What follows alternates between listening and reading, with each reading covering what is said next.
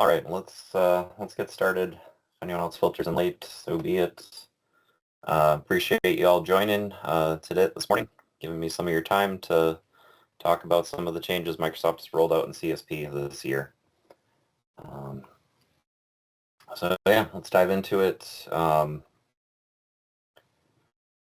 Here's the agenda for this morning. I'll just go through a quick introduction on myself in case you haven't met me before. Then we'll dive into Copilot for Business, which was just released December of last year, but will obviously be a big thing this year for SMBs.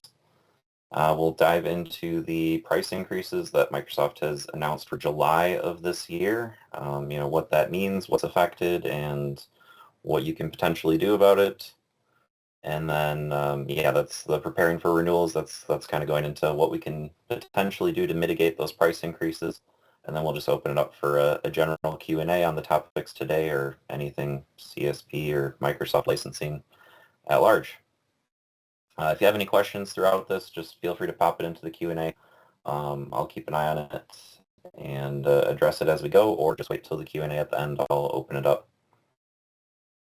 Moving on. So, my name is Peter Roesselet. I am the Microsoft Channel Manager here at Oakwood Systems Group. What that means is essentially I manage our CSP program, and I am our Microsoft licensing subject matter expert. I do have an MCP for designing and providing Microsoft volume licensing for large organizations. I've been working in this space for 10 years now. Can't believe that myself, but I spent about a little over 6 at Microsoft's largest global MSP or LSP, and then came to Oakwood about 3.5 years ago. I've supported organizations of all sizes, buying Microsoft from 3 to 60,000 plus seats, large healthcare organizations. I've run into all agreement types, EA, CSP, MPSA, you name it. Different agreements, different scenarios. I've seen probably just about everything at some point or another. So, moving on. So Microsoft announced Copilot for Business end of last year. It was officially released on December 1st of 2025. So what it is, it's the exact same functionality as Copilot for M365, which all of you are probably at least somewhat familiar with, as that's been out for a couple of years now. It's really just a version of it targeted to SMB customers, and it's available for any of your end users who have a Microsoft 365 business SKU. So that would be Business Basic, Standard, or Premium. You have to have that license as a prerequisite to get assigned a Copilot for Business license. And similar to those SKUs, there is a 300 user maximum. So, with Business Standard and Premium, you can only have up to 300 users. Technically, Microsoft says you can only have 300 business SKUs total, but really they only enforce it to 300 of each SKU. But unfortunately, with Copilot for Business, as it is just one SKU, you are going to be capped at 300 total of that SKU. So really, what that gets you is a reduced cost. So, Copilot for M365, if you're paying for a year up front, it's $360 a year, but the new Copilot for Business is $252. So essentially, it saves you $108 a year if you're paying up front. Below, you'll see if you're paying monthly. As you may know, Microsoft did roll out a price increase for monthly billing in April of last year, so most companies on CSP are pushed into that and will be by April of this year. So costs are 5% higher for monthly billing, but again, you still see pretty significant savings, over $100 a year per license. So what this change means, unfortunately, if you have Copilot for M365 today and you're on business SKUs, you can't just transition into it immediately. You do have to wait until renewal to be able to do so. So, essentially, if you're buying Copilot for M365, you have users on Business, Basic, Standard, or Premium. At renewal time of those Copilot licenses, that's when you'd be able to switch to Copilot for Business and start realizing those savings. So fairly straightforward. There's no new features, no removed features. It's completely on par with Copilot for M365. It's just a reduced cost geared towards smaller companies to try and get more people able to leverage Copilot with that reduced cost. With that, we'll move on. So next topic, the July 2026 price increases. I'm sure this is probably what piqued most of your interest is, no one likes Microsoft price increases. So they announced this late last year. I believe it was end of November, beginning of December. These price increases will go into effect the 1st of July of this year, and it will affect all new and renewing licenses purchased on or after that date. So I'm not going to read through this entire table, but we'll go over some of the highlights. So there are a few SKUs that aren't affected. E1 is staying the same. Business Premium is staying the same. F5 is staying the same. So yeah, we're seeing increases for Office E3, M365, E3, E5, Business Basic, and Standard. Fairly nominal, but it does add up when you have hundreds of licenses. You're looking at these are annual prices, so you're looking at $36 per license per year for these increases, a little bit less on the SMB side. But one good thing is while they're increasing pricing, they are also increasing the features that you get with it. So it's not entirely just a money grab. So we'll go through these real quick. For E3, Office and M365 E3, they're adding in Microsoft Defender for Office 365 Plan 1. That previously was a separate add-on for E3. So the main focus of that is email security. So it does things like malware detection, safe links, things like that to secure your end user's email. So that's a great addition, great value there. Potentially could replace a third-party tool if you have some other security tool out there, if you're already using these SKUs from Microsoft. Looking at M365 E3, they're also adding in Intune Plan 2, Intune Remote Help, and Intune Advanced Analytics. So getting a lot more bang for your buck on the Intune end of things, whether you're already using it or if you're looking at moving into it. On the M365 E5 side, everything that's added in M365 E3 is also included there, but on top of that, you're also getting Security Copilot, Endpoint Privilege Management for Intune, Cloud PKI, Enterprise App Management in Intune, and Browser Data Loss Prevention. So, it's a pretty significant bundle of features that they're adding in there, and really for the same cost. If you have E3, it's $36 increase. E5, it's a $36 increase, but you're getting all of this plus all of this in E5. So a rare moment for Microsoft to actually, somewhat increase the value at the same time as the pricing. On the SMB side, these fairly important changes. They are increasing the amount of Exchange email storage you get for Business Basic and Basic, Standard, and Premium. Previously, you only got a 50 gigabyte mailbox. Go forward, you'll get a 100 gigabyte mailbox. So again, a pretty big value add there. You also get Safe Links Lite. Safe Links being that's just link protection to try and prevent malicious links that come through in emails. On the Business Premium side, there's there's not even a price increase. You're still getting that bump in email storage. Frontline worker SKUs, there are a couple increases there, but no change in features, unfortunately.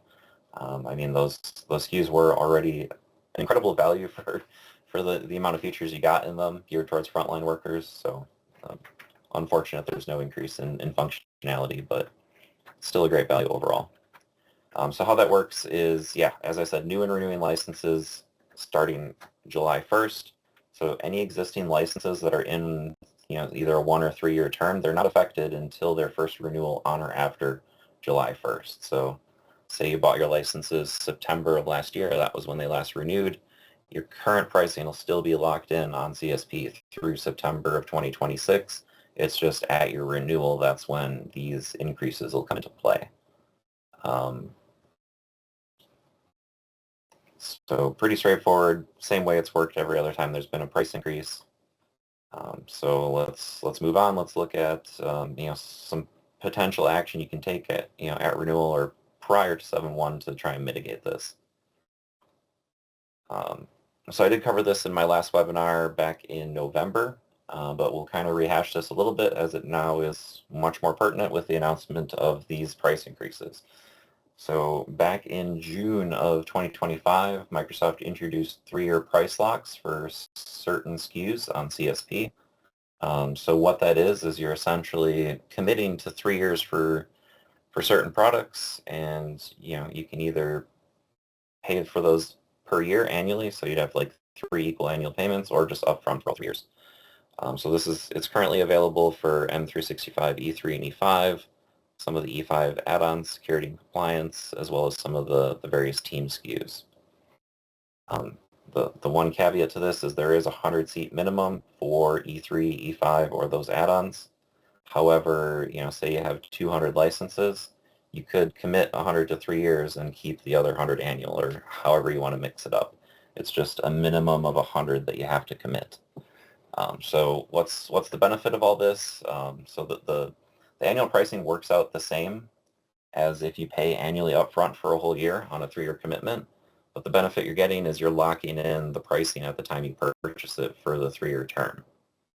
So how this ties back into those price increases is, if you have a renewal or buy new products prior to July 1st of this year, if you lock them in for 3 years, you're going to have the pre-price increase pricing locked in for 3 years, even after the price increase rolls out on July 1st.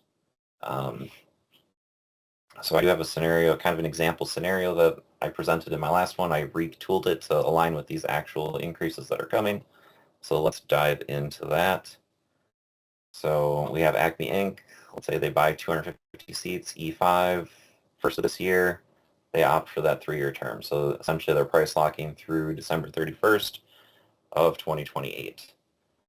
So that 3-year rate, it's essentially 3 times the annual license cost, $684. They lock that in for those 3 years. As we just went over, Microsoft is increasing the price by $36 license a year starting July 1st. So they're opting to pay annually. They pay January 1st of 27 and 28 after the increase. Their annual payments remain the same. So once their renewal comes January 1st of 2029, that's when the price increase will kick in. So essentially they've deferred the price increase by 2 years, and it'll save them about $18,000. So, breaking that down, year one, purchase prior to the price increase, it's the same. However, if they didn't opt for the 3-year, in year 2, on January 1st, 2027, the price for those licenses would go up to match with the price increase. Or if they have the 3-year, it stays the same. Same thing in year 3, so total it up. That's how you get to that savings. So unfortunately, it's only available on a couple SKUs at this time. Microsoft has hinted that they may roll this out to additional SKUs. I don't know if that'll happen prior to the price increase, but at least at this time, if you're on M365 E3 or E5, you can lock in and try to mitigate those price increases, or at least defer them for some time.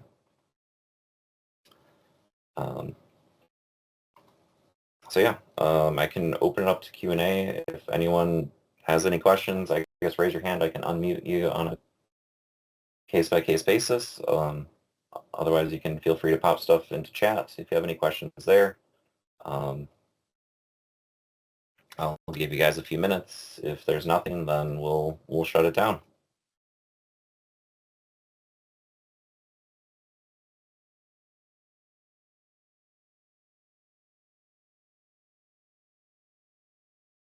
Not seeing any hands coming up, not seeing any type. Oh, someone's typing. Okay.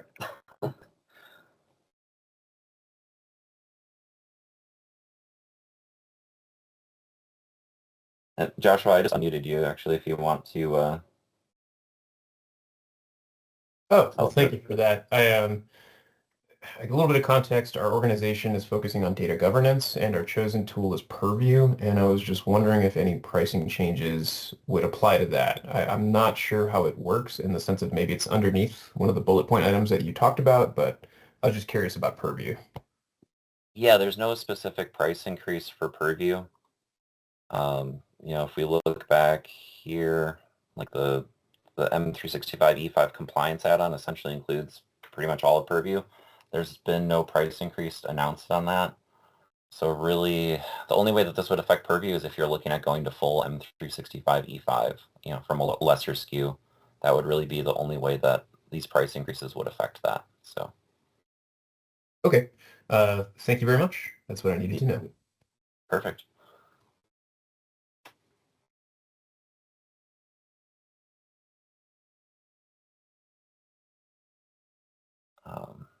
Yeah, doesn't look like anyone else is typing or raising their hand. I mean, it's fine. I hope that means that I was clear and concise in my presentation. This last slide here just have my contact information. Feel free to reach out to me directly if anything pops into your head after we get off the meeting here today. I will be presenting this again tomorrow. It'll be the exact same content, so no need to attend again if you yourself, but feel free to share this with anyone else we think may be interested in this information. But yeah, feel free to reach out, phone, email, connect with me on LinkedIn. I'm always happy to help and discuss how we can help you maximize what you're getting out of CSP.